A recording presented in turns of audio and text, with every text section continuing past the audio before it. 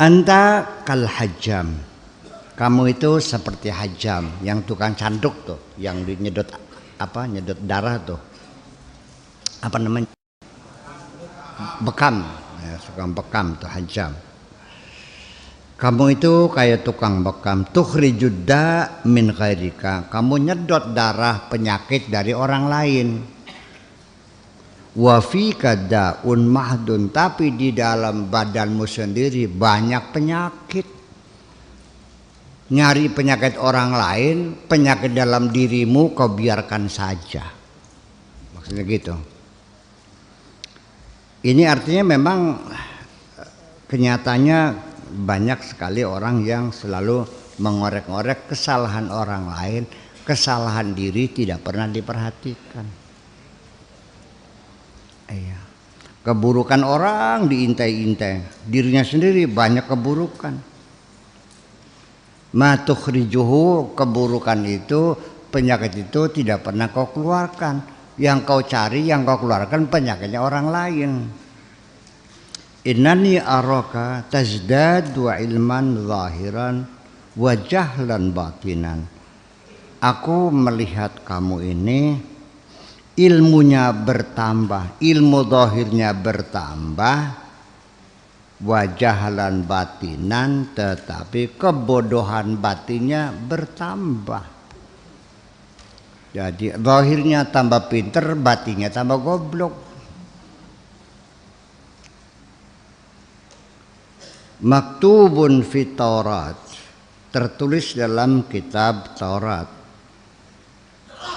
Man izdada ilman falyazdad waja'an. Siapapun orangnya ketika ilmunya nambah juga harus nambah keprihatinannya. Bukan menambahkan kesombongannya, bukan nambah bangga. Semakin tambah ilmu semakin tambah prihatin. Mahadal wajah, apa sih keprihatinan tuh, kepedihan tuh? Wal khaufu minallah azza wa jalla, yaitu rasa takut kepada Allah. Semakin nambah ilmu harus semakin nambah takut sama Allah, bukan tambah berani. Yang terbukti semakin tambah ilmu tambah wani insyaallah ya. Iya, pikirnya gampang tobates ya. Azza wa jalla wa dhullu lahu, dan juga rendah hati kepada Allah. Wal ibadi, dan juga rendah hati kepada seluruh hamba Allah. Orang yang nambah ilmu itu ya nambah rendah hati, nambah tawadhu kepada orang lain. Kata peribahasa Jawane, tambah kebek parine tambah deluk. Betul gitu? Bakasing ngadeg bae anak parine beli. Ya iya. Peribahasa maning ini kan, peribahasa itu kan menambahnya bahwa peribahasa itu bukan hanya sekedar makna, tapi itu pengalaman suatu bangsa yang terhayati dalam kehidupan sehari-hari. Bahwa orang itu kalau goblok banyak ngomongnya, makin pinter ngomongnya makin dikit. Makanya peribahasanya gentong kosong bunyinya. Bakasing isinya kebak mah beli muni kan kah? Bakasing plong plong plong kosong kan kah? Itu kan peribahasa, itu pengalaman gitu. Ya, tetapi itu peribahasa bisa kita manfaatkan untuk satu sisi. Tapi di sisi yang lain saya menuntut berbeda sedikit, bahwa ketika ilmumu semakin banyak, bukan diam, kamu harus banyak bicara supaya engkau sebarkan ilmu itu. Paham bikin ke? Bakal pinter menang be engko dewek karane.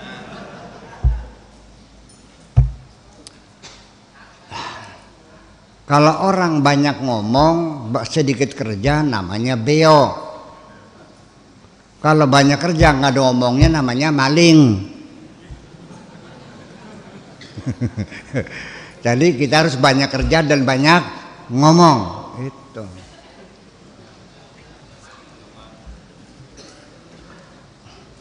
Manjing ati boleh. Banyak kerja banyak ngomong. Banyak ilmu banyak ngomong. Sebarkan ilmumu itu, ajarkan pada orang lain. Gitu. Itu namanya ilmu yang bermanfaat. Kalau nggak disampaikan ya tidak bermanfaat.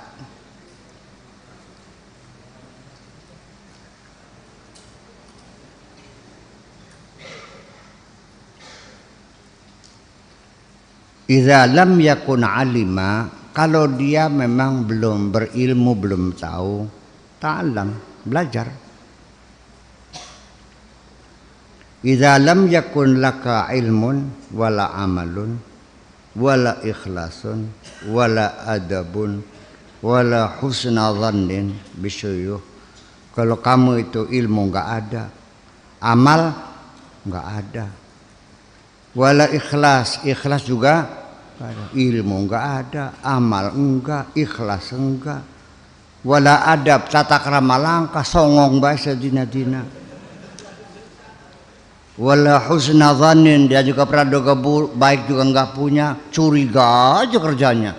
Wis goblok, amal beli, ikhlas beli, songong pisan,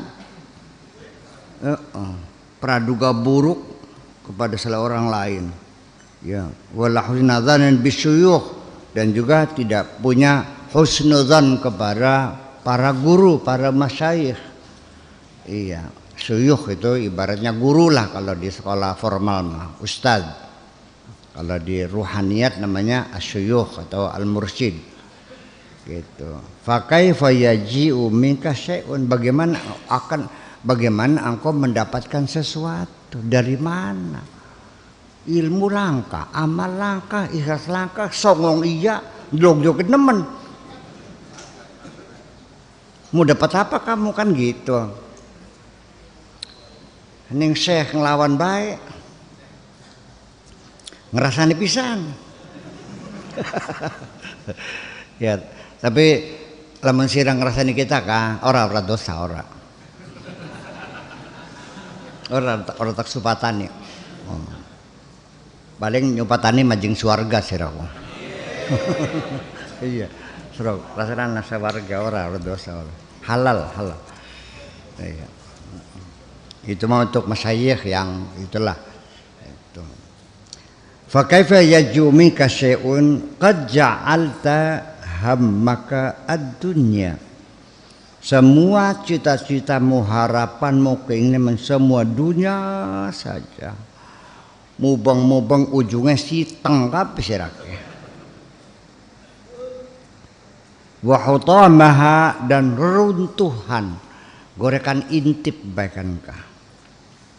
Luru intip baik, an qaribin, tidak akan lama lagi, sangat sebentar sekali, yuhalu bainaka wa bainaha, nanti suatu ketika engkau akan berpisah dengan hartamu itu.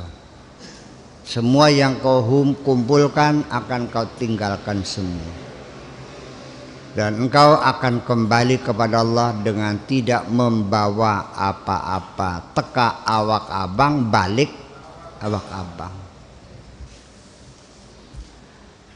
Paling hanya membawa selembar kain putih, kain kafan. Semua kau tinggalkan. Termasuk istrimu yang masih cantik juga kau tinggalkan. Rumah yang kau bikin belum selesai, engkau sudah pulang. Istrimu masih cantik, kawin lagi. Akhirnya yang menepati rumah yang kau perjuangkan mati-matian, yang menepati suami yang baru. Ada enggak? Iya, jangan sampai seperti itu nasibmu. Gitu.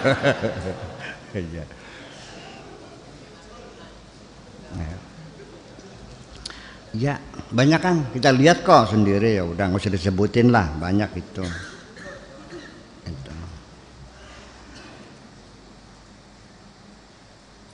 Lalu aina anta minal qaumi Lalu di mana posisimu? Seperti apa kedudukanmu dibandingkan dengan mereka orang-orang yang saleh itu? Alladzina hammuhum wahidun. Yang mana mereka itu cita-citanya hanya satu. Keinginannya hanya satu, harapannya satu. Yuraqibunallah azza wa jalla fi bawatinihim. Mereka selalu dalam pengawasan Allah. Mereka selalu mengawasi Allah. Ya, fi bawatinihim, di dalam batin mereka selalu ingat sama Allah. Ya, ketika melakukan apapun dalam kesadaran mereka bahwa aku melakukan ini di bawah pantauan Allah semuanya. Tidak ada yang tersembunyi. Kama yuraqibuna fi dhawahirihim, seperti juga mereka mengontrol, mengintai zahir mereka. Selalu memonitor, mengontrol zahir dan batin mereka. Yuhadzibunal qalba, mereka didik hati mereka dengan baik. Kama yuhadzibunal jawariha, seperti mereka juga mendidik anggota badan mereka.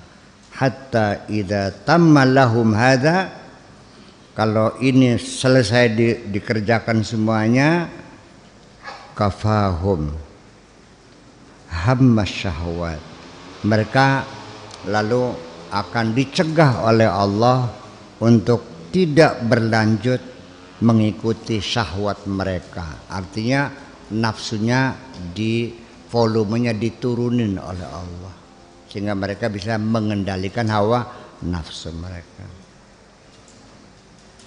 Bi asriha, seluruhnya, hawa nafsunya, keserakahannya, segala macamnya terkendali semuanya dengan cara mengontrol, membersihkan hati mereka seperti membersihkan raga mereka. Tangan kita kotor, kita cuci. Muka perong, segera dicuci muka. Korong segera dibersihkan. Kopok dikurek semuanya. Jadi tidak ada kesempatan kotoran-kotoran itu melekat pada jasad kita. Hati mereka juga selalu dikontrol, selalu dibersihkan. Tidak pernah dibiarkan berlama-lama kotoran melekat di dalam hati mereka. Ya, hati juga ada kotornya. Seperti baju kotornya, kaki nginjek tembelek, ya kan gitu. Tangan megang apa, ya, segala macam. Hati juga sama, bersentuhan, ya, nempel kemana-mana. Dan ketika tangan kita, kaki kita kena kotoran, kena ter, kena cat, kena lumpur, kena air panas, kita merasa tidak nyaman. Ketika kaki kita berlumpur, hati juga sama. Ketika kena kotoran, kamu sebetulnya merasakan adanya ketidaknyamanan itu, tetapi engkau tidak mengerti bahwa itu perlu dibersihkan, dan cara membersihkannya juga kamu tidak tahu, dan nanya juga tidak kok. Apa sampai wis ngerapin terkabeh sih dari barangnya. Iya, yang membersihkan cat digosok-gosok pakai tebas, ya tekan salet saya juga mantok cat mah, pakai thinner kan gitu, paham nggak?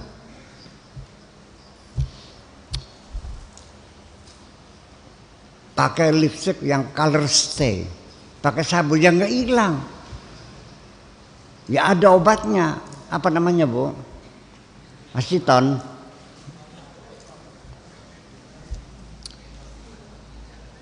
Ya dihapus korban yang terbang beleber pisan, malah ketangguhan sih dok. Oh, iya. Nah itulah makanya. Jadi ya kita harus sebetulnya mah wudhu 5 kali itu hanya exercise kok, latihan seperti engkau membersihkan hatimu. Tapi ternyata ya enggak juga sih. Tiap hari kau bersihkan mulutmu sehari 5 kali ya. Tapi masih anggap rerasan aja. Betul enggak? Telingamu kau bersihkan enggak?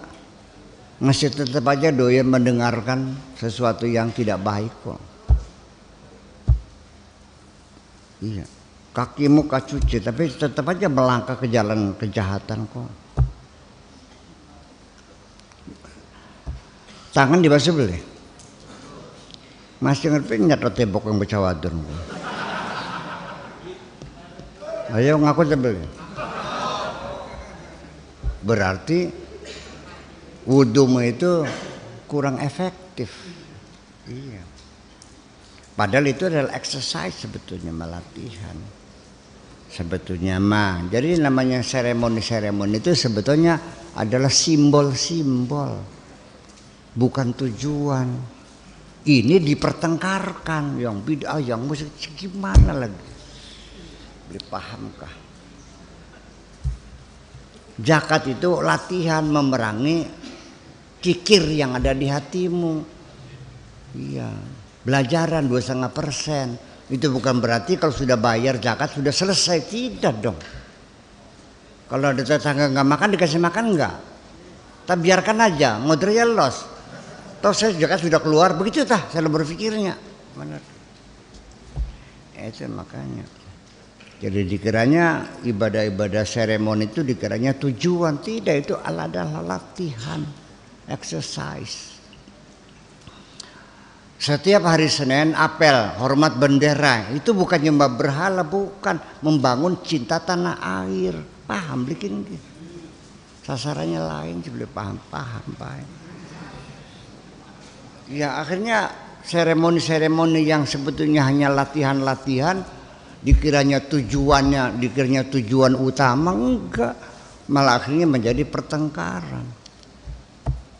Sampai baca basmalah saja bertengkar, ada yang bilang wajib, ada yang bilang tidak boleh dibaca, ada yang harus dibaca. Yang bilang harus dibaca, kalau baca Fatihah tanpa basmalah sholatnya enggak sah. Yang melarang ada lagi, kalau baca basmalah sholatnya enggak sah. Imam Maliki, ya kan? Imam Hambali bacanya pelan-pelan gitu kan. Tapi kata amin padahal bukan Fatihah tidak pernah dipertengkarkan kok. Ayo. Waladdallin. Amin itu Fatihah bukan. Kok sih dipertengkarkan? Kalau basmalah dipertengkarkan. Karena mereka belum ngeh. Ngerti? Belum ngeh tuh. Iya, tidak tersadar. Makanya tolong nih dibahas Fatihah atau bukan. Saya bertukaran maning boleh.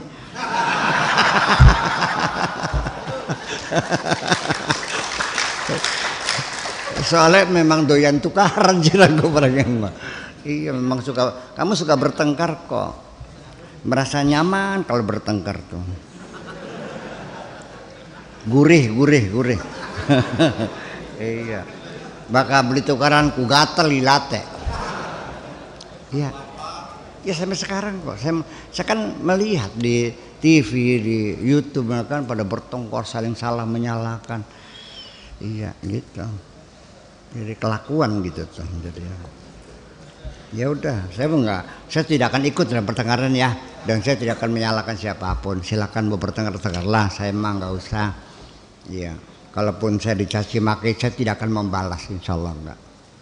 Pintu pertengkaran sudah kututup rapat-rapat, selesai. Ya kan gitu, itu aja. Wes paham dong kok? Ya. Itulah fala yabqa fi qulubihim illa syahwatun wahidah.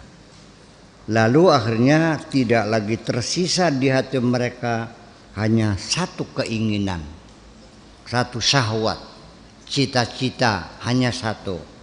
Wahya talabullah azza wa jalla, hanya berharap kepada Allah, wal qurb minhu, dan ingin dekat dengan Allah, wa mahabbatuhu, dan juga cinta kepada Allah, fahasbu, tok itu saja. Kepengen dekat dengan Allah, kepengen dicintai oleh Allah SWT. Ya, itu aja. Hanya satu, nggak ada. Itu adalah Mereka adalah orang-orang yang selalu mengontrol zahir mereka, batin mereka sehari-hari, dan selalu dibersihkan. Sekecil apapun bercak hitam segera dibersihkan. Makanya salah satu membersihkan kotoran di hati adalah pertobatan, istighfar yang banyak itu. Ya, tetapi kalau hatimu memang keras, ya berat minta maaf tuh. Iya, jadi apa ya, gengsi lah minta maaf tuh. Kita nih salah apa? Iya, saya salahnya apa? Salat saya lakukan, zakat saya keluarkan, puasa tak lakoni, kaji ping telu, masih kurang bener baik. Madrasah tak sumbang, yatim piatu tak santuni, masih kurang bener baik. Ya, orang itu kalau ditegur tuh selalu begitu jawabnya. Jadi merasanya sudah selesai. Nah itulah. Kenapa begitu? Itu yang disebut dengan wazayyana lahum syaitanu a'malahum.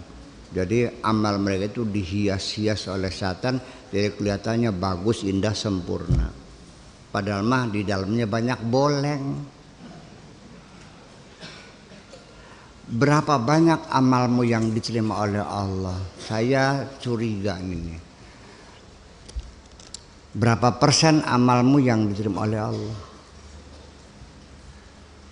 Kamu nyumbang sekian puluh juta, berapa yang diterima? Belum tentu 100%. 10% saja untung dari amalmu yang diterima. Kadang-kadang sama sekali. Sodako sama tukang orang ngemis, begitu, assalamualaikum pak, tolong pak, ya, los mana, ake koreng nih barangnya, baunya busuk, bawa lalat, borok melulu, baunya kotor, kasih. Kamu tidak hebat memberi pengemis uang terburu-buru, bukan karena kasihan, karena hidungmu yang sakit, betul nggak? Tidak tahan menahan bau busuk kan, dibayar kan kok. Ada lagi orang teh sumbangan, sengaja ditunda-tunda nunggu kalau sudah tamunya banyak, dibayar kan. Nyumbang masjid, mintanya memberi orang yang susah, asal engkau ikut bersedih hati, Allah membayarnya. Paham nggak? Ya itulah persoalannya. Dan apa ya, kamu ini kebanyakan ingin menyakiti hati orang, bukan untuk membahagiakan orang. Lebih cenderung menyakiti hati orang daripada membahagiakan orang. Nggak tahu ya kenapa jadi begitu. Kamu kalau ketemu sama orang tuh, kamu menanyakan kesehatannya gimana, atau kamu bercerita sendiri, ngobrol dewek. Nyong ketemu dengan teman lama, ai dan disira aku masih melarat baik, hebat banget. Sira aku masih melarat baik. Oke, kita mau sugih, ngomong apa begitu tuh? Mobil saya udah 5, kamu 20 tahun motor aja nggak punya. Ketika kau bercerita keberhasilanmu, untuk apa kau ceritakan keberhasilanmu kepada temanmu yang susah itu? Ketika kau bercerita tentang kemewahanmu, keberhasilanmu kepada temanmu yang susah, itu berarti kamu menyakiti hati orang kok. Kalian beli, kan saya begitu. Ya, masih mending saya sendiri juga merasakan ketika ada teman, saya kan banyak teman yang sudah berpuluh-puluh tahun nggak ketemu, dulu pernah di Syria, pernah di Libya, di Tunisia, pernah di London, kan ketemu. Ya Allah, apa kabar di SMS, apa kabar Pak Kiai, sehat? Saya kan merasa bahagia, teman yang sudah lama nggak bertemu masih mengingat saya. Ya Allah, orang tuh baik banget, bertahun-tahun masih ingat sama saya, masih menanyaku. Cobalah melihatkan kebahagiaan orang, begitu aja udah bagus kok. Nggak usah kirim duit, nggak usah. Nah kan apa kabar, Kang Latif waras. Sono kepriben kene, kono kan. Kena kasuna priben sunat itu waras, sunat itu aja kan orang senang ditanyakan seperti itu. Nah ini kan nggak paham. Jadi artinya bahwa kita juga sebenarnya tujuan kita membantu orang kan menyenangkan hati orang. Betul enggak? Dan Allah juga melihat kebaikan kita, kebaikan hati kita kok. Kalau bukan itu standarnya, maka nanti surga dimonopoli oleh orang kaya. Nanti surga dimonopoli oleh orang yang pinter-pinter dan cerdas-cerdas. Ya Bitarmine nangis mungkin mah. Yang sholat saja baca Fatihahnya alhamdulillahirabbil alamin walabeddolin, dia nggak pernah mengayal surga kok. Kiainya sengaja guduk kayu-kayu pasti menjeng surga. Ngapain kaji carmun? Wah sodakoi nggak dina kan sawahnya berapa? Kaji carmun sawahnya berapa? Iya.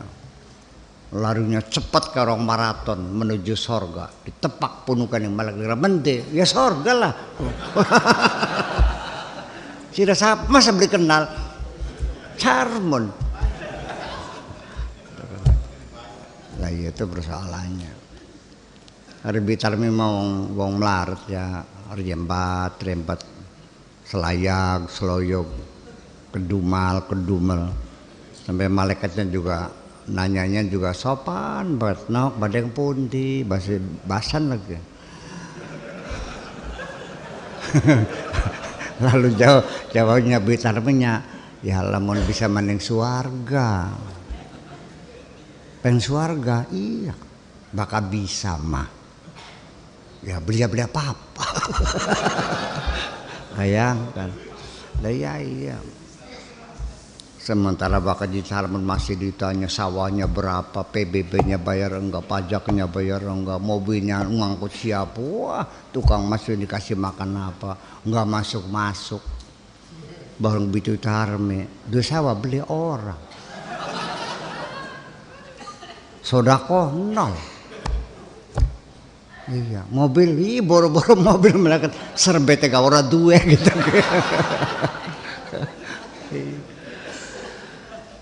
Ya wis mancingnya los, terus mancing, ngitung apa cemera sih lemah.